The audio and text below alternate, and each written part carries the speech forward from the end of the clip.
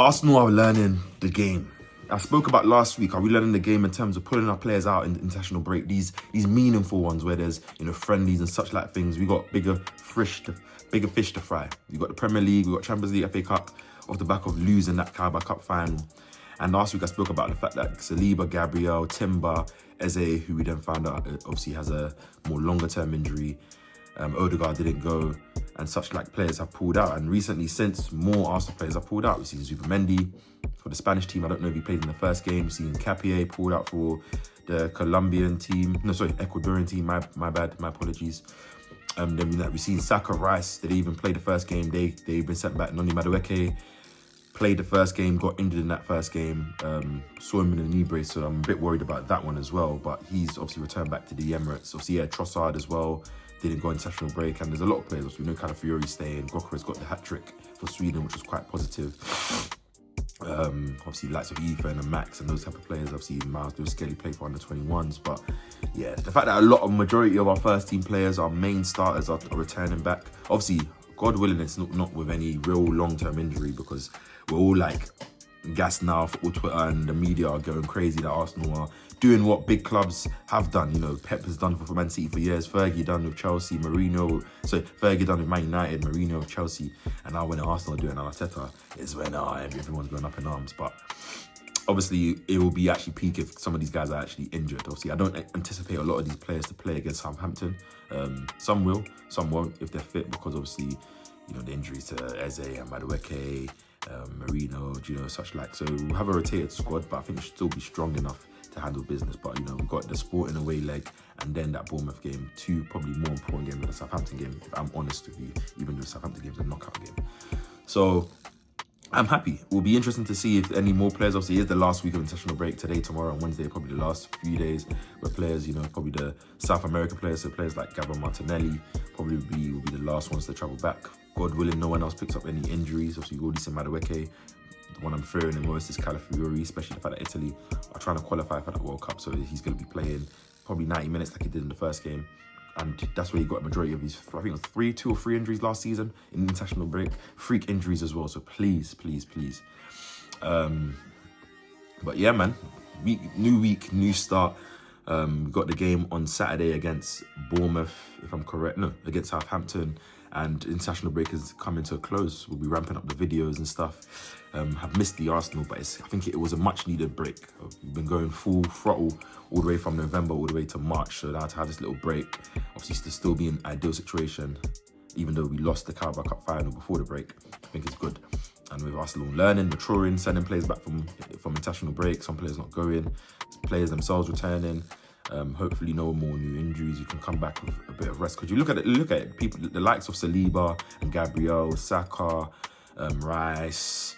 I'm trying to think. I don't know if he maybe played in the first game. No, he did play in the first game.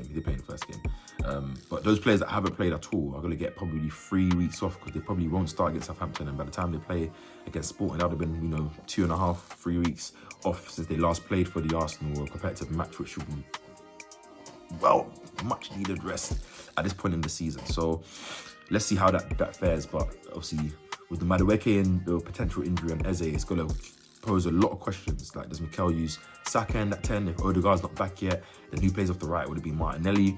If Trossard's not fit, then who would it be? A Jesus? Does he trust Max from the start? I know that Max will probably start against Southampton, obviously given the opposition, given the type of game and the injuries. But then moving forward, the Sporting away leg, the Bournemouth game, the Sporting home leg, the Newcastle game, the City game, the potential semi-final if we do get through in the FA Cup.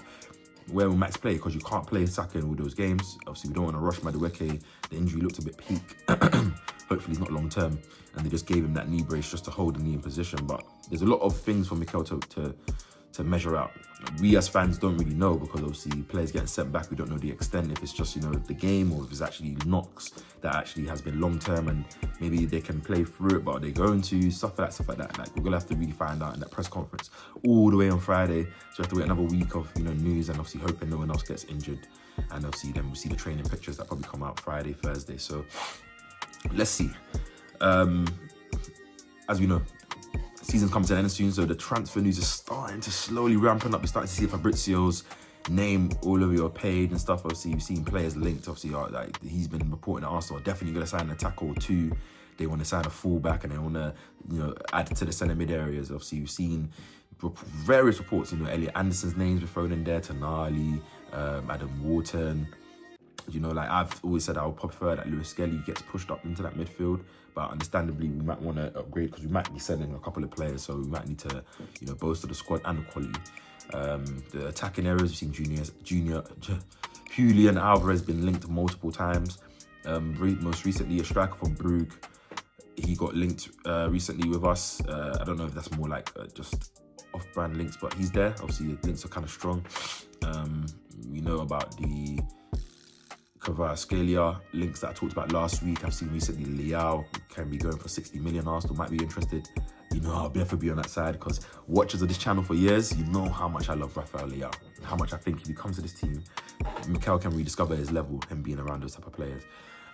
So yeah, there's been deals around. There's news about maybe Gabriel Jesus moving on, Ben White. You know, just so it's starting to ramp up. Obviously, it's going to be a distorted summer because of the World Cup, so you have that little window before the World Cup. But obviously, most of the players are going to be going to their camps, so there's not really much movement. Then we have the World Cup all the way to the end of July, and then from July to August, it's like a month of real mad transfer mania. Obviously, some players might have started at the World Cup, so they've increased their price. Some new players have kind of put their name into the bag, and then obviously everyone's moving around, so it's going to be interesting. But ultimately, before we even get to transfers and that, Arsenal just need to handle their business in the league, which is most important. And then the FA Cup and Champions League is, to me, is second priority. The league is priority. Close that up, and then in turn, obviously, we're playing Champions League and FA Cup before we play a Premier game. So if we can, you know, get an advantage, obviously get through to semi-final of the FA Cup, maybe get an advantage against Sporting, then obviously you start to focus on that Premier League, and then we'll see how we do this season. But comment down below what you think about what I said in this video. Make sure you subscribe to my channel, smash that like button, and stay in tune for all the videos I'm gonna have coming up this week. Streams of Don, Steph, the watch along on Saturday, and many more. Your boy KAPE.